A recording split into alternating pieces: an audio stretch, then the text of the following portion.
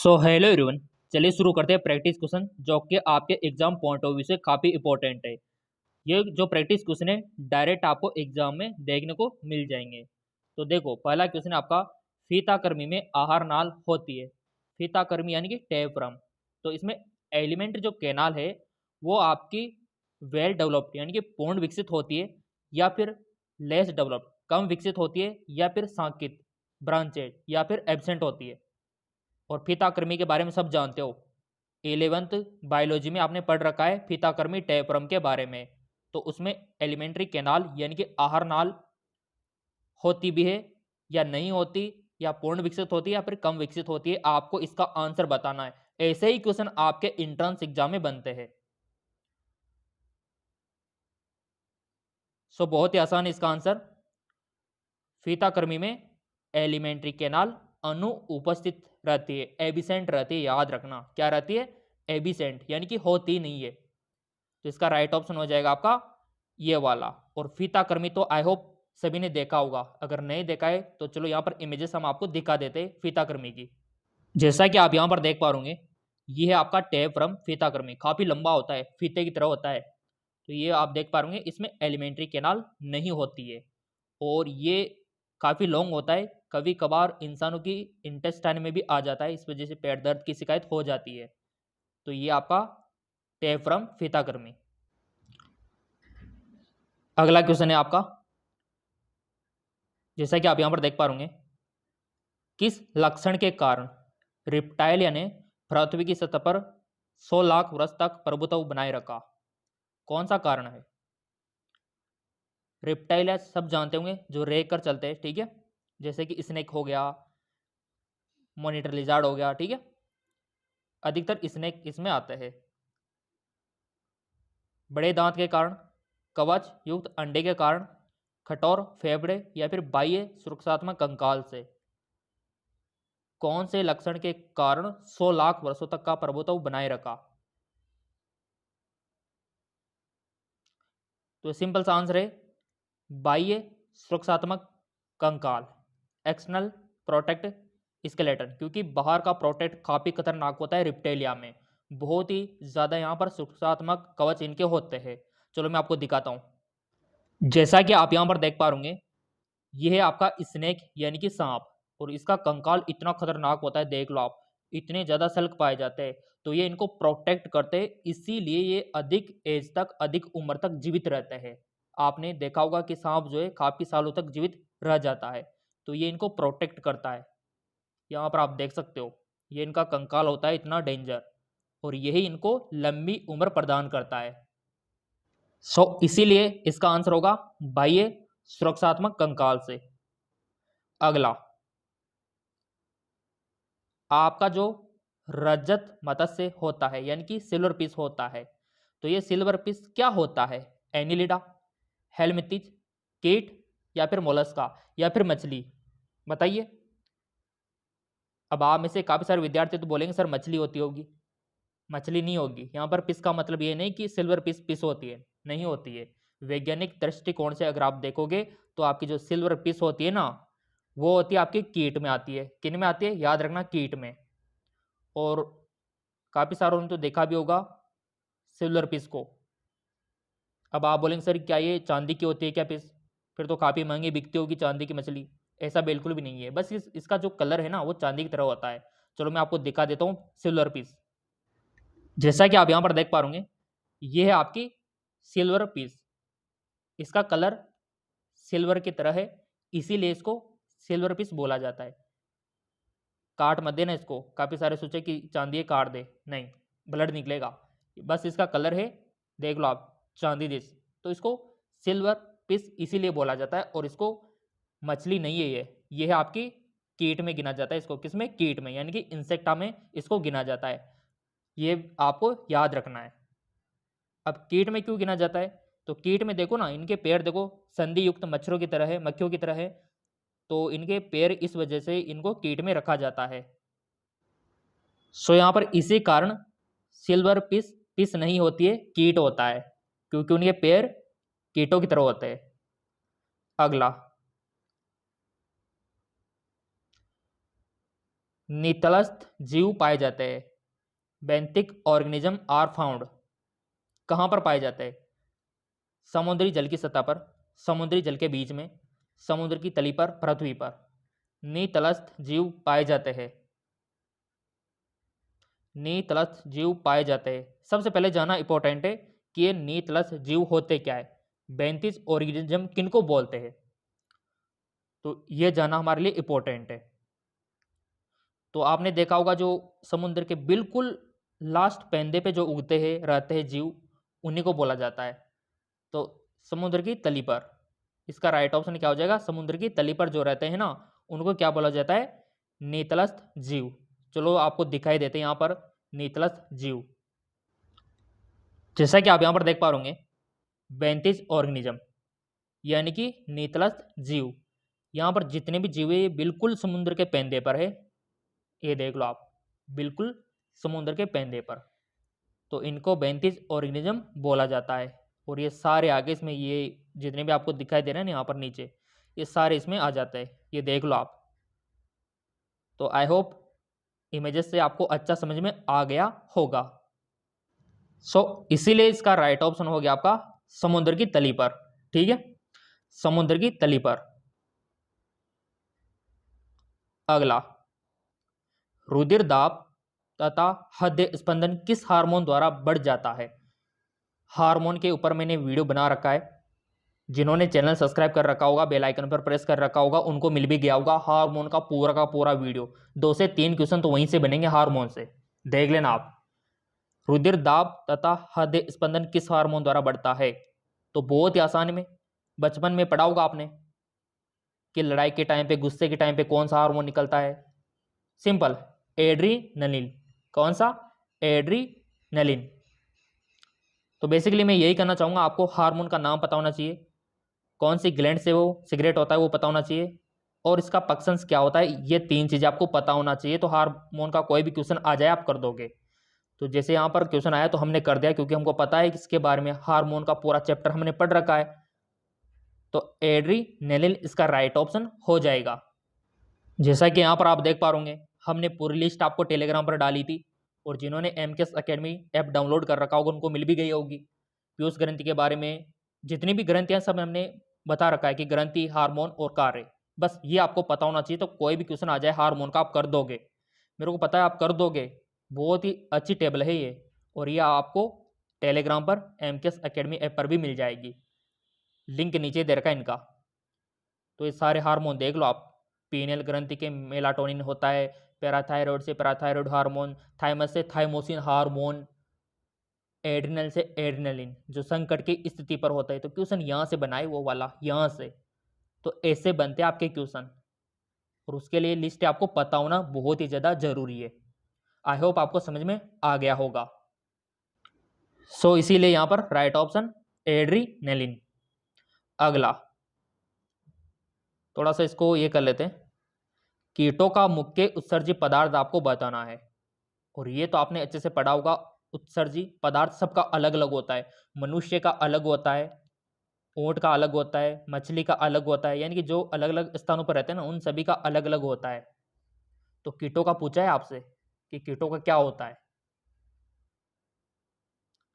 4 option है। कीटों का मुख्य उत्सर्जी पदार्थ अमोनिया, यूरिया, एमिनो अम्ल, यूरिक अम्ल। बताइए विद्यार्थियों। यहाँ पर बहुत ही आसान है। ये जो पक्षी है इनका जो एक्सक्रेटरी प्रोडक्ट होता है यूरिक अम्ल होता है। क्या होता है? यूरिक अम्ल।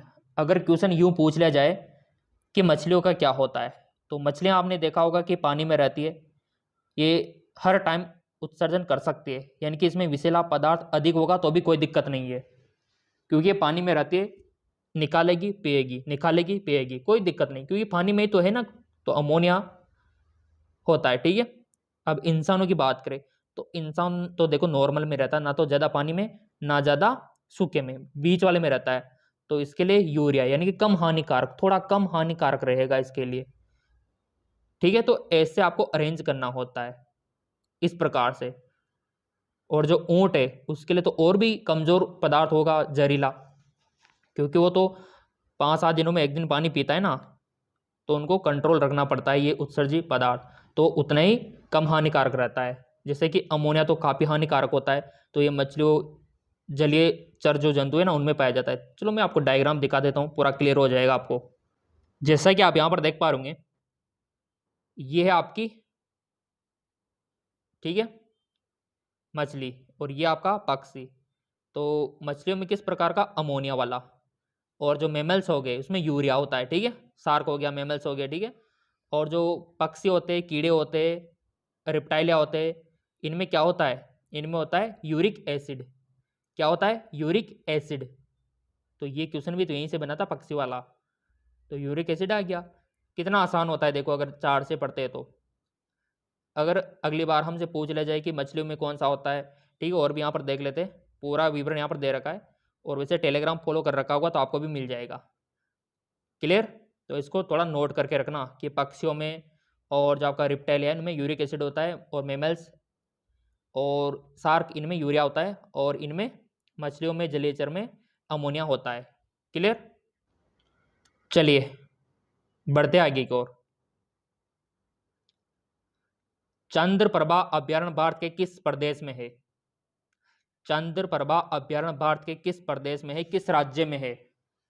आई होप आप में से काफ़ी सारे विद्यार्थी तो घूमने भी गए होंगे, और आप में से तो कुछ ऐसे भी होंगे जिनके राज्य में ही होगा, जिनके आसपास ही होगा चंद्रप्रभा अभ्यारण्य।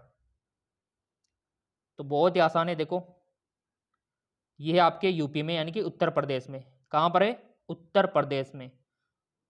थोड़ा इसका बाह्य वो दिखा देते हैं वातावरण। यहाँ पर आप देख सकते हो चंद्रप्रभा अभ्यारण्य उत्तर प्रदेश, ये देख लो आप, ये इसका बाह्य द्वार है। काफी जंगल है, घना जंगल है अंदर, देख लो आप, काफी घना जंगल, ठीक है। और यहाँ पर लिखा हुआ है, ये देखो आप, पूरा का पूरा सो आपके उत्तर प्रदेश में, ठीक है। चलिए अब क्वेश्चन यू भी बन सकता है कि उत्तर प्रदेश में कहाँ पर, कौन सी डिस्ट्रिक्ट में है, उसका भी ध्यान रखना थोड़ा सा। काफी बार जैसे राजस्थान से क्वेश्चन बनता है कि रणथंभौर कहाँ पर है, तो राजस्थान तो पता होता है, काफी सारों को रणथंभौर के बारे में पता नहीं होता, सवाई माधोपुर के बारे में पता नहीं होता कि सवाई माधोपुर में है, ठीक है। तो ऐसे आपको डिस्ट्रिक्ट भी पता होना चाहिए। मनुष्य में कौन अवशेषी अंग नहीं है, विच इज नॉट वेस्टिकल ऑर्गन, यानी कि बिना काम के, जो हमारे शरीर में कोई काम के है ही नहीं, उनको बोलते वेस्टिकल ऑर्गन। यानी कि उनको हटा भी दिया जाए ना तो कोई दिक्कत नहीं, वो अंग आपको यहाँ पर नहीं बताना है, यानी कि काम का अंग आपको बताना है। यानी कि 3 तो यहाँ पर वेस्टिकल है, यानी कि आपके अवशेषी अंग है, ठीक है। बाकी एक नहीं है, तो वो नहीं वाला बताना है। तो देखो विद्यार्थियों, हमारा कर्ण पल्लव क्या है, अवशेषी अंग है, अगर हटा भी दिया जाए तो कोई फर्क नहीं पड़ता।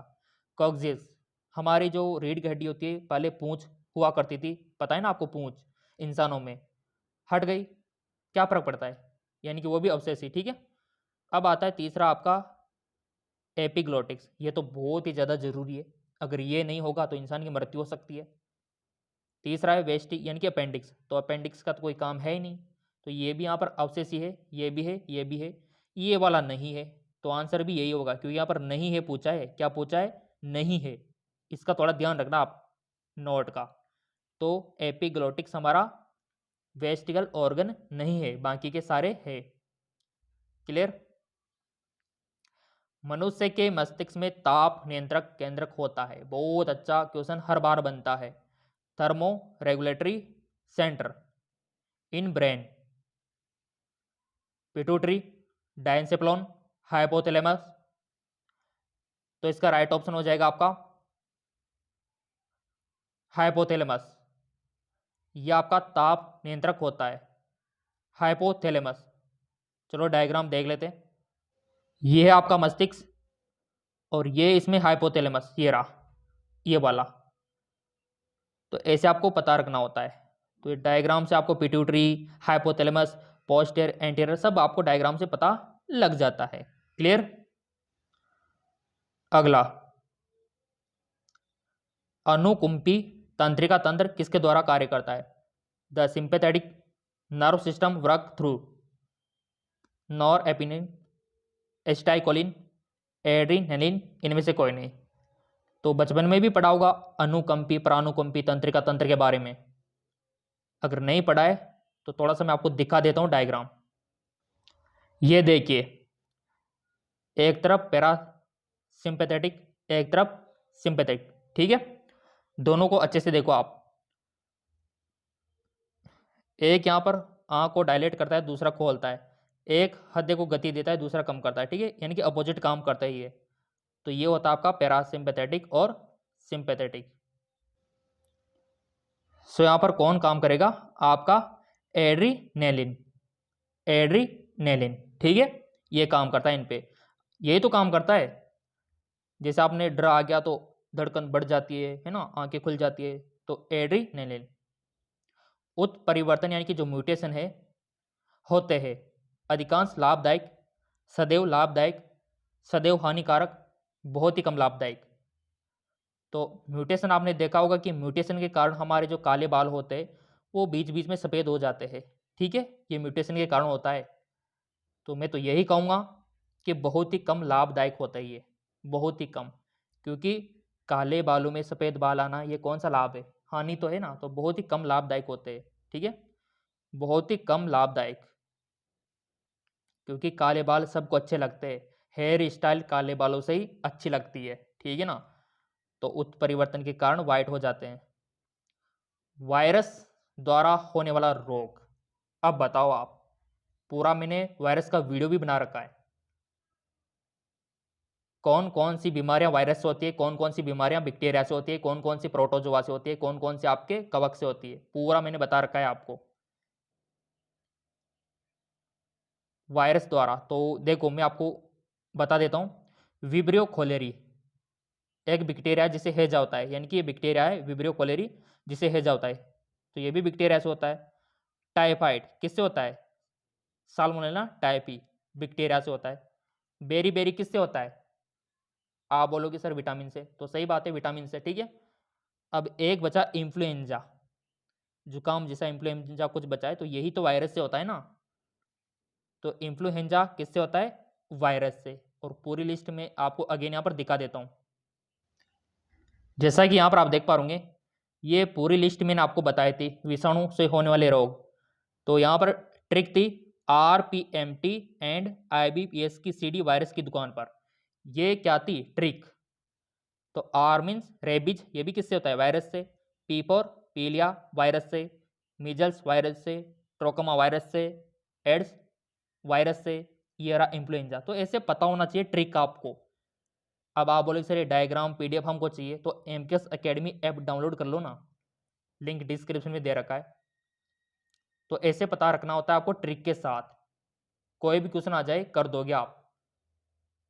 तो RPMT एंड IBPSC की CD वायरस की दुकान पर ये इसकी ट्रिक है वायरस के रोगों की। दूसरी ओर आता है आपका बैक्टीरिया, और बैक्टीरिया का डायलॉग है, ट्रिक है, टीकू सीढ़ी में बनी है पटाखा। टीकू है ना जो साड़ी में बनी है पटाखा, ऐसे बोल लो आप। तो टीकू किसी लड़की का नाम है जो साड़ी में बने है पटाखा। तो पूरे बैक्टीरिया के आपको याद हो जाएंगे, ऐसे याद रखना होता है।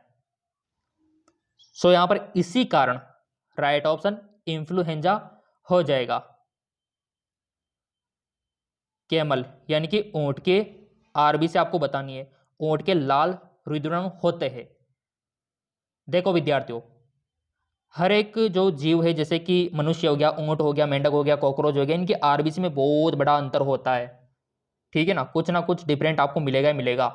तो ऊंट के लाल रुधिराणु होते हैं, कैसे होते हैं? अंडाकार, केंद्रक रहित, गोल, केंद्रक युक्त, गोल, केंद्रक सहित। तो कैसे होते हैं? ये 4 ऑप्शन दे रखे आपको।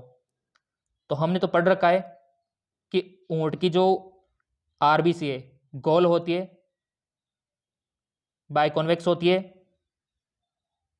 न्यूक्लियोटाइड होती है, यानी कि केंद्रक युक्त होती है। तो ये दे रखा है आपके बी में। किस में दे रखा है? बी में। तो यहां पर ये ऑप्शन बी हो जाएगा। और डायग्राम भी देख लो इसका, जैसा कि यहां पर आप देख पा रहे होंगे, ये आपकी ह्यूमन ब्लड सेल, ठीक है, और ये आपका कैमल। तो कैमल में देख लो और हमारी में देख लो कितना बड़ा अंतर है। तो ऐसे आप डायग्राम से भी याद रख सकते हो। सो यहाँ पर राउंड होती है, बाइकॉन्वेक्स होती है, और न्यूक्लियोटाइड यानी कि केंद्रक होता है, ये याद रखना आप। फेसियोला के जीवन में प्राथमिक पोषक होता है, primary host in life cycle in Fasciola. अब आप बोलेंगे सर ये पेसियोला क्या होता है? काफी सारों ने नहीं देखा होगा पेसियोला, तो पहले पेसियोला को देख लेते हैं। ये है आपका पेसियोला, बरसात के टाइम पे कहीं ना कहीं देखा होगा पेसियोला। और ये इसका जीवन चक्र। तो जीवन चक्र में क्या क्या आ रहा है देख लो आप।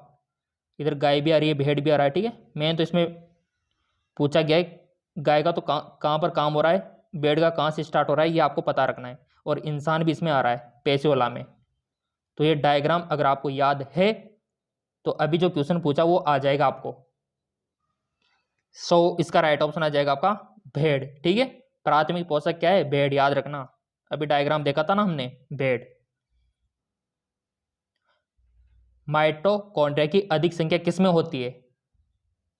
तो हर किसी को पता है कि एनर्जी की जरूरत कहाँ पर अधिक होती है? जहाँ पर हमारी पेशी जिंदगी भर चलती रहती है, यानी कि हृदय पेशी में, क्योंकि ये जिंदगी भर चलती रहती है। हम सो जाते हैं तब भी हृदय धड़कता रहता है, काम करती रहती है पेशियां।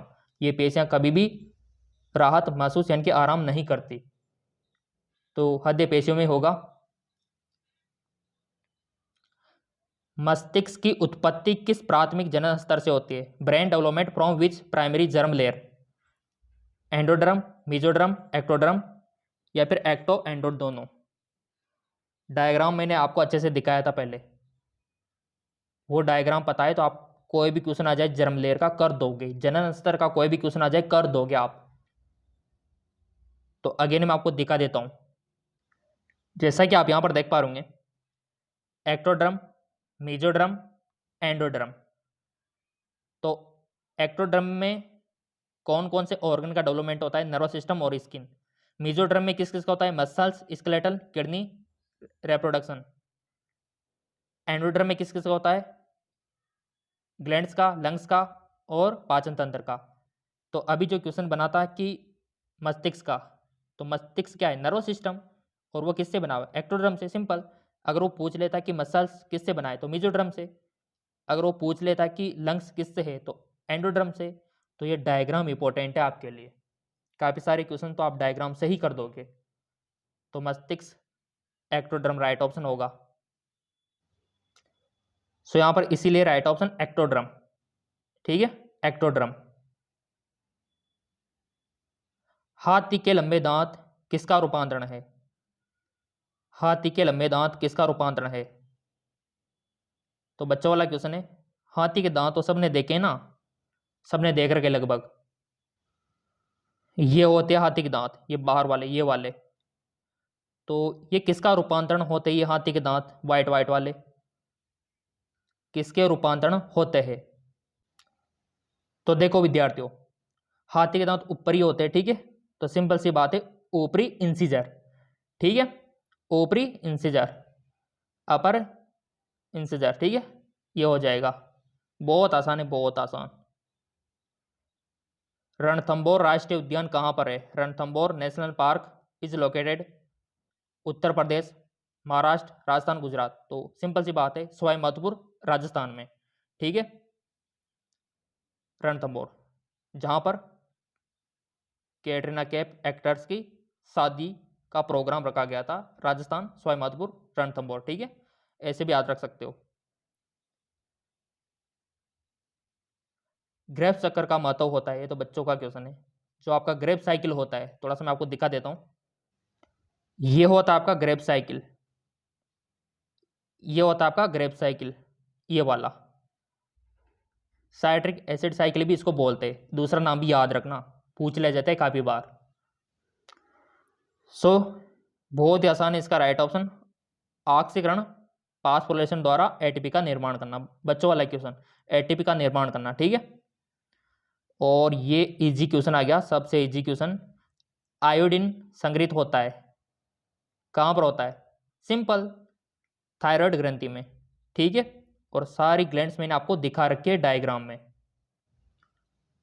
सो मैं आपसे यही कहूँगा, ह्यूमन बॉडी की ऑल ग्लैंड्स आपको पता होना चाहिए कि पीनियल ग्लैंड कहाँ पर होती है, कौन सा हार्मोन सिगरेट करती है, पिट्यूटरी कहाँ पर होती है, कौन सा हार्मोन सिगरेट करती है, थायराइड का क्या काम है, थाइमस का क्या काम है, एड्रिनलिन का क्या काम है, पेनक्रियाज का काम क्या है, ओवरी का क्या है, टेस्टिस, ऐसे आपको ऊपर से लेकर नीचे तक का पूरा पता होना चाहिए ग्लैंड्स के बारे में। कोई भी क्वेश्चन आ जाए फिर कर दोगे आप, कोई भी क्वेश्चन। तो देखो चैनल सब्सक्राइब कर रखा है, बेल आइकन पर प्रेस कर रखा है, तो बिल्कुल भी चिंता आपको नहीं करनी है, नॉन स्टॉप क्वेश्चन आपको मिलते रहेंगे। और टेलीग्राम को फॉलो नहीं किया है तो टेलीग्राम को फॉलो कर लेना, DRMK ब्रो नाम से, लिंक नीचे दे रहेगा डिस्क्रिप्शन में, और यहाँ पर PDF और आपको इमेजेस मिल जाएंगे।